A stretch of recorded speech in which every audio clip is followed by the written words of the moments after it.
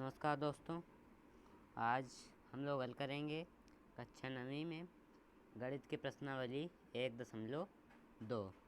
इससे पहले एक वीडियो हम बना चुके हैं, उसमें प्रश्नावली 1.1 को हल किया गया था और इसके बाद ये प्रश्नावली 1.2 है और इसके बाद अगली एक्सरसाइज होगी 1.3, 1.4। उनके लिंक डिस्क्रिप्शन में दे दिए जाएंगे, तो चैनल को सब्सक्राइब कर लीजिए ताकि आपको जो भी मान लीजिए नया वीडियो डालें तो वो आपको मिल जाए और बेल आइकन भी दबा लीजिएगा। जी दोस्तों, तो इसको हल करते हैं। देखिए प्रश्नावली 1.2 में पहला प्रश्न है, नीचे दिए गए कथन सत्य हैं या असत्य, कारण के साथ अपने उत्तर दीजिए। तो इसमें फर्स्ट है, प्रत्येक परिमेय संख्या एक वास्तविक संख्या होती है। तो देखिए वास्तविक संख्या क्या होती है? वास्तविक संख्या हमारी होती हैं वास्तविक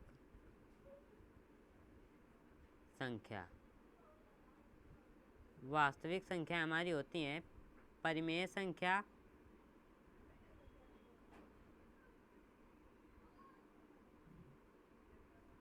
धन अपरिमेय संख्या।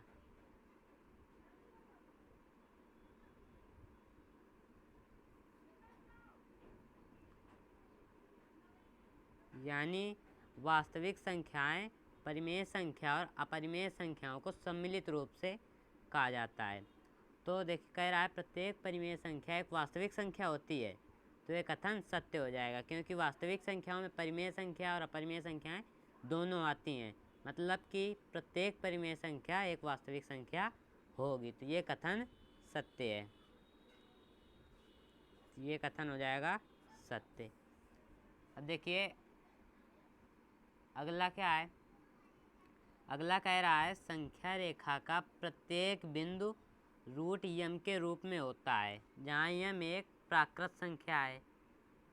तो देखिए संख्या रेखा का प्रत्येक बिंदु रूट यम के रूप में होता है जहाँ यम एक प्राकृत संख्या है। देखिए ऐसा तो नहीं है क्योंकि संख्या रेखा में ऋणात्मक संख्याएं भी होती हैं। इस तरह होती है संख्या रेखा हमारी, ये मान लीजिए 0 है, 1, इधर 2, इधर 3, ये 4, इधर -1, -2, -3, -4।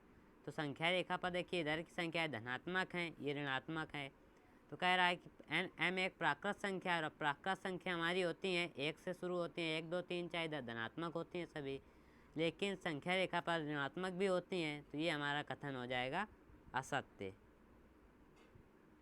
क्योंकि संख्या रेखा पर ऋणात्मक संख्याएं भी होती हैं और धनात्मक संख्याएं भी होती हैं, इसलिए यम एक प्राकृत संख्या अगर है तो ये रूट यम संख्या रेखा पर प्रत्येक बिंदु नहीं होगा, ये असत्य हो जाएगा हमारा। इसके बाद देखिए अगला कथन है, प्रत्येक वास्तविक संख्या एक अपरिमेय संख्या होती है। प्रत्येक वास्तविक संख्या एक अपरिमेय संख्या होती है। देखिए ऊपर हम लोग पहले देख चुके हैं कि वास्तविक संख्या क्या होती है? परिमेय संख्या प्लस अपरिमेय संख्या, ना कि केवल अपरिमेय संख्या। वास्तविक संख्याएं परिमेय संख्या और अपरिमेय संख्याओं के सम्मिलित रूप से कहा जाता है, इसलिए वास्तविक संख्याएं केवल अपरिमेय संख्या नहीं होती हैं, उनमें परिमेय संख्याएं भी होती हैं। इसलिए देखिए जो कह रहा है प्रत्येक वास्तविक संख्या एक अपरिमेय संख्या होती है, तो ये कथन हो जाएगा हमारा असत्य, क्योंकि वास्तविक संख्याओं के समूह में परिमेय संख्याएं भी होती हैं, इसलिए प्रत्येक वास्तविक संख्या एक अपरिमेय संख्या नहीं होती है। चलिए अगला हमारा क्या है? अगला प्रश्न है, क्या सभी धनात्मक पूर्णांकों के वर्गमूल अपरिमेय होते हैं? यदि नहीं तो एक ऐसी संख्या के वर्गमूल का उदाहरण दीजिए जो एक परिमेय संख्या है।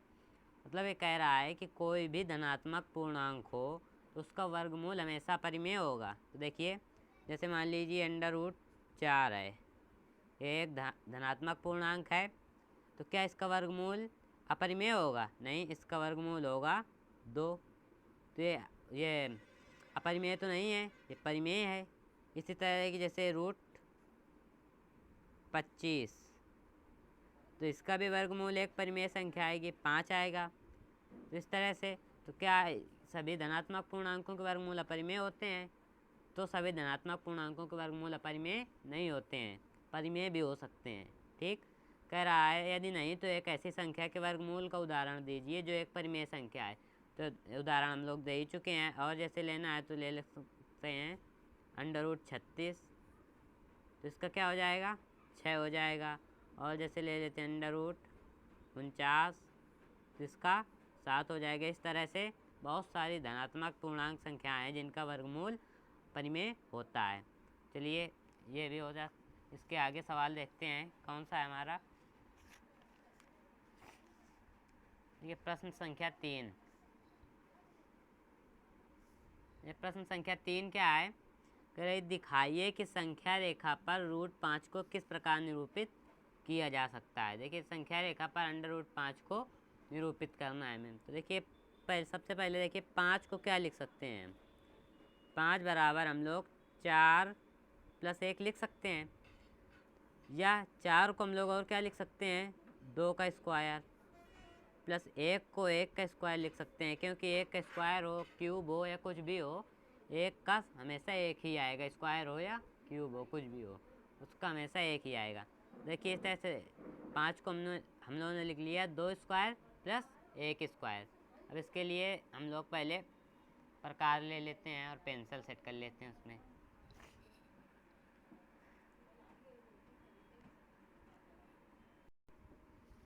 देखिए सबसे पहले एक संख्या रेखा बना लेते हैं।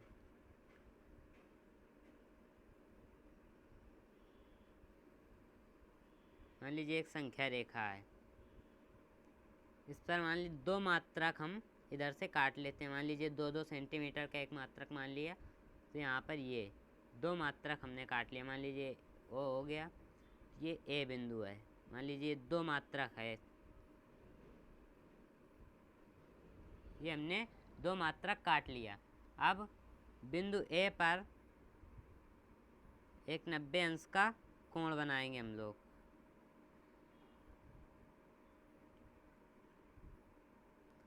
एक यहाँ से चाप लगा देते हैं,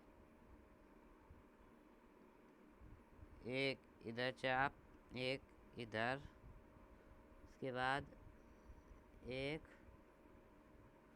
इधर। देखिए इसको मिला देते हैं,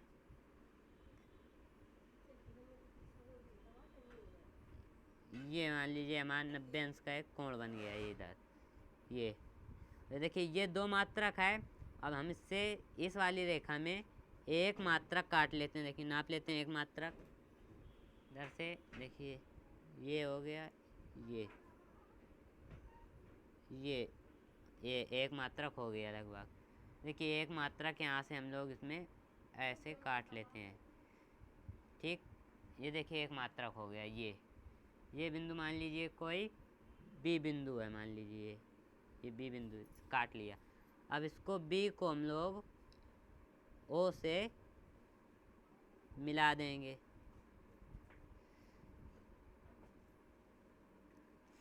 अब देखिए आप लोगों ने ये देखिए एक समकोण त्रिभुज बन गया।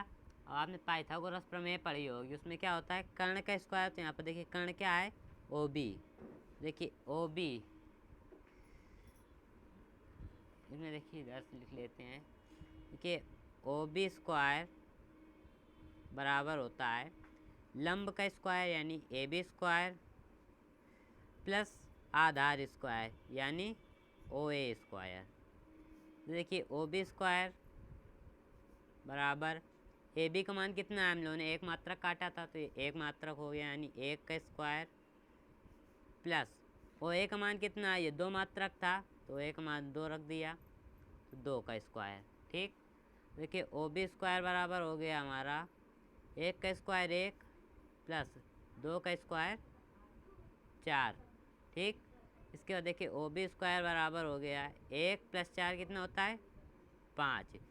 तो देखिए ये वर्गमूल है, इसका दोनों पक्षों का वर्गमूल लेते हैं। तो दोनों पक्षों का वर्गमूल लेंगे तो ओ बी बराबर क्या हो जाएगा, वर्गमूल लेने में स्क्वायर हट जाएगा और इधर √ लग जाएगा, यानी ओ बी बराबर हमारा क्या आ गया √5। मतलब कि ओ बी देखिए ये है ये कर्ण, तो ये कर्ण हमारा कितना हो गया √5। अब देखिए हम इसको संख्या रेखा पर कैसे निरूपित करेंगे। देखिए यहाँ से यहाँ पर प्रकार रखना है, ओ पर और ये बी तक नाप लेना है। यही हमारा √5 है और इधर से रख के संख्या रेखा पर ये एक चाप लगा देना है इस तरह से। ये जो हमने चाप लगा दी है ये, तो ये जो हमारा बिंदु होगा ये यहाँ से यहाँ तक की दूरी हमारी कितनी होगी, मान लीजिए सी बिंदु है तो ये दूरी होगी हमारी √5। इस तरह से हम लोग इसको संख्या रेखा पर निरूपित कर लेंगे, यानी ओ से इस सी बिंदु तक की दूरी हमारी √5 होगी। तो चलिए दोस्तों, उम्मीद करता हूँ कि अभी तक 3 सवाल बताए गए इस एक्सरसाइज में, और चौथा सवाल इसमें देखिए क्रियाकलाप का है, वो तो इसमें बताया नहीं जा सकता, इसलिए देखिए अभी तक जो समझाया है वो उम्मीद करता हूँ समझ में आ गया होगा। तो इसका अगला वीडियो आएगा भाग 3, उसमें देखिए प्रश्नावली 1.3 हल की जाएगी। और अगर इसके पहले वाला वीडियो देखना चाहते हैं, उसमें एक्सरसाइज 1.1 हल की गई थी, वो उसका लिंक डिस्क्रिप्शन में मिल जाएगा, ज़रूर देखिए। धन्यवाद।